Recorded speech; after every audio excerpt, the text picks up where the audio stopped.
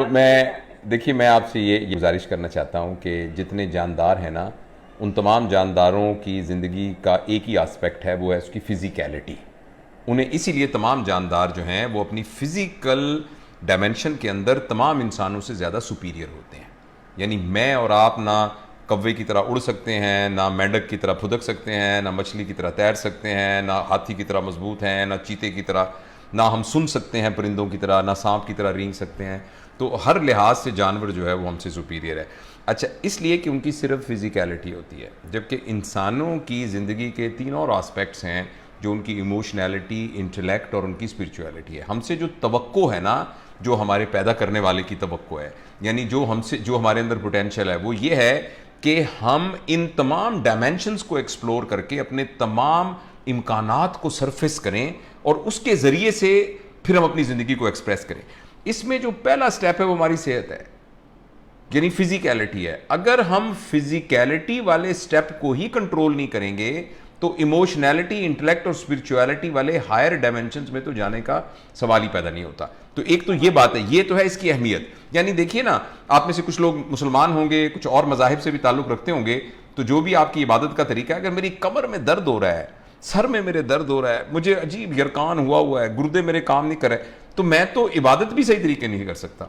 आप जाके गुरुद्वारे के अंदर मत्था भी सही नहीं टेक सकते और भगवान के सामने प्रार्थना भी नहीं कर सकते और नमाज भी नहीं पढ़ सकते, और आप चर्च में भी जाकर कोई अपनी प्रेयर्स नहीं कर सकते। यानी आप कोई भी जो करते हैं इबादत भी नहीं कर सकते अगर आपकी फिजिकैलिटी ठीक नहीं है। तो हमारी अपनी अपनी फिजिकैलिटी के लिए मुख्तसर वक्त में मैं आपको सिर्फ 4 बातें बता रहा हूँ, और ये 4 बातें बहुत दफ़ा लोगों ने दोहराई हैं, लेकिन मसला सिर्फ ये है कि वो एक शेर है कि सिर्फ बातों से कुछ नहीं होता, काम करने से काम होते हैं। तो 4 बातें हम याद तो कर लेंगे लेकिन अगर इस पर अमल नहीं करेंगे तो फिर कुछ नहीं होगा। सबसे अहम बात यह है कि हम क्या खाते हैं, ये डिटरमिन करेगा कि हमारी बॉडी क्या है।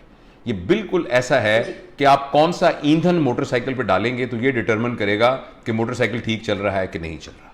उस सिलसिले में बुनियादी बात याद रखने की यह है कि हमारी ग़िज़ा जितनी प्लांट बेस्ड होगी, यानी ज़मीन से निकलने वाली प्लांट बेस्ड होगी, जितनी ज़्यादा ऑर्गेनिक होगी, उतनी हमारी सेहत के लिए मुफीद होगी और हमारी सेहत के पूरी केमिस्ट्री के साथ मैच करेगी।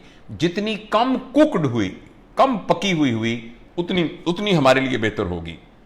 अच्छा, जितना उसके अंदर यानी फैक्ट्री में बनी हुई चीज़ें, प्रोसेस्ड फूड और ये जो फजी ड्रिंक्स और सिंथेटिक फूड होगी, जितनी वो कम से कम होगी उतनी हमारी खुराक बेहतर होगी। एक बात। और नंबर 2 ये है कि क्या खाएं, नंबर 2 कितना खाएं। कितना खाने से मुराद ये है कि मैं और आप, मैं बगैर किसी तशखीस के ये कहता हूं, बगैर किसी यानी एक्सेप्शंस के, कि हम सब जो कुछ खा रहे हैं ना वो अपनी ज़रूरत से ज़्यादा खा रहे हैं, हम में से ऑलमोस्ट हर शख्स। तो हम जितना खा रहे हैं हमें ये ख्याल रखने की ज़रूरत है कि हम हम ओवर ईटिंग ना करें। प्रॉपर तरीके से खाना खाएं। 2 मील सारे दिन के अंदर काफ़ी हैं। बीच में पानी आप ले सकते हैं, कुछ फ्रूट्स ले सकते हैं, लेकिन हर वक्त मंचिंग करते रहना, ख़ास तौर पर ये जो कल्चर आया है जंक फूड का और ये जो फजी ड्रिंक्स का और ये सिंथेटिक प्रोसेस्ड फूड, ये बहुत डेंजरस है। तो वक्त थोड़ा, इसलिए मैं जल्दी जल्दी बता रहा हूँ। तीसरी बात यह है कि जब भी हम खाना खाएं तो हम ये बात याद रखें कि जब सोने और खाना खाने से के दरमियान कम से कम 3 घंटे का वक्फा होना चाहिए। यानी यह है कि हम भूखे तो ना सोएं मगर खाली पेट सोएं। ये रात को आप पार्टी पे 9 बजे जाएं, 11 बजे आप खाना खाएं, 12 बजे तक पार्टी चलती रहे, 12:30 बजे आप सो जाएं, तो this is not a good time for food. तो एक तो ये खुराक के बारे में मैंने आपको बता दिया। दूसरा, हम में से हर शख्स उम्र के जिस हिस्से में भी है उसको रोजाना वर्जिश की जरूरत है। तो आप अपने एक्सपर्ट से पूछ सकते हैं, लेकिन रोजाना वर्जिश की जरूरत है। कोशिश कीजिए घर के करीब कहीं करीब कोई मार्केट में जाना हो, दफ्तर में जाना हो तो पैदल जाने की कोशिश कीजिए। 3-4 मंजिला बिल्डिंग में जाना हो, कोशिश कीजिए कि सीढ़ियों से चढ़ के जाइए और सीढ़ियों से चढ़ के नीचे आइए। कोशिश कीजिए कि अपने घर का काम खुद कीजिए। कोशिश कीजिए कि आते हुए बाथरूम को खुद मॉप करके आइए। कोशिश कीजिए कि अपने बर्तन खुद धो लीजिए। कोशिश कीजिए कि घर की चादरें खुद आप सॉफ्ट करें। तो ये जो रोजमर्रा की एक्टिविटी से भी बहुत सा वर्कआउट हो जाता है, लेकिन मैं आपसे अर्ज करना चाहता हूं कि रोजाना कुछ एक्सरसाइज करनी जरूरी है। तो खुराक, नंबर 2 एक्सरसाइज, नंबर 3 हमारी स्लीप बड़ी साउंड होनी चाहिए।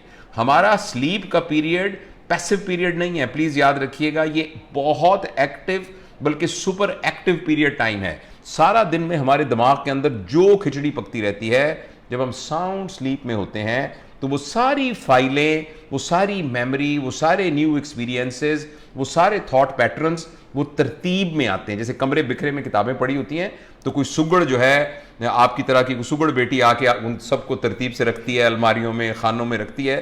तो जब रात, तो नींद वो सुगड़ बेटी है जो रात को आके आपके सारे थॉट प्रोसेस के अंदर जो जो फाइलें पड़ी हैं उनको तरतीब से रखती है। तो उसके लिए एक टर्म होती है स्लीप हाइजीन। एक सबसे ज्यादा अजाब तो हमें, मेरे पास मोबाइल नहीं है, सबसे ज्यादा अजाब हमें इस मोबाइल ने डाला हुआ है। और अक्सरियत जो है वो लोग रात के खाने के बाद ये इस मुकद्दस, ये जो टुकड़ा है इनके पास, ये जो जन्नत से आया हुआ, मतलब ब्रैकेट में कह रहा हूं, तो यानी उसकी जियारत करना जो है वो अपना फर्ज समझते हैं। और वो जो वाइटल टाइम है, तो इसको जुडिशियस यूज करें। और जब सोने का टाइम हो तो उस वक्त फौरन सो जाएं, और जितनी डिस्ट्रैक्शंस हैं उनको आप दूर करें। ये तीसरी और चौथी बात। पहली मैंने खुराक कहा था, दूसरा मैंने आपको एक्सरसाइज कहा था, तीसरा मैंने आपको जी कुछ ना कुछ वर्जिश करनी जरूरी है, और तीसरा मैंने कहा था कि अपनी नींद को ऑर्गेनाइज कीजिए। इसको ना, ये बेतरतीब नींद नहीं होनी चाहिए। और सोने का जो बेस्ट टाइम है वो है हमारे हिंदुस्तान पाकिस्तान के हिसाब से कि बस आप 10 बजे सो जाइए, और ताकि सुबह आप उठ सकें।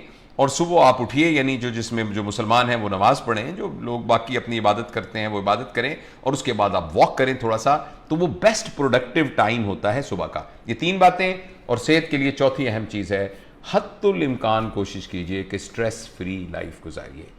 स्ट्रेस फ्री लाइफ का कहना बहुत आसान है, तो लेकिन कैसे गुजरे इतने माशरे की। एक सिर्फ गुर बता देता हूं, रात को सोने से पहले सबको माफ़ करके सोइए, और ये कहिए कि ए अल्लाह, ए भगवान, वाह गुरु, जो भी आप जिसको भी मानते हैं, कि मुझसे जो कुछ हुआ मैंने सबको माफ़ किया।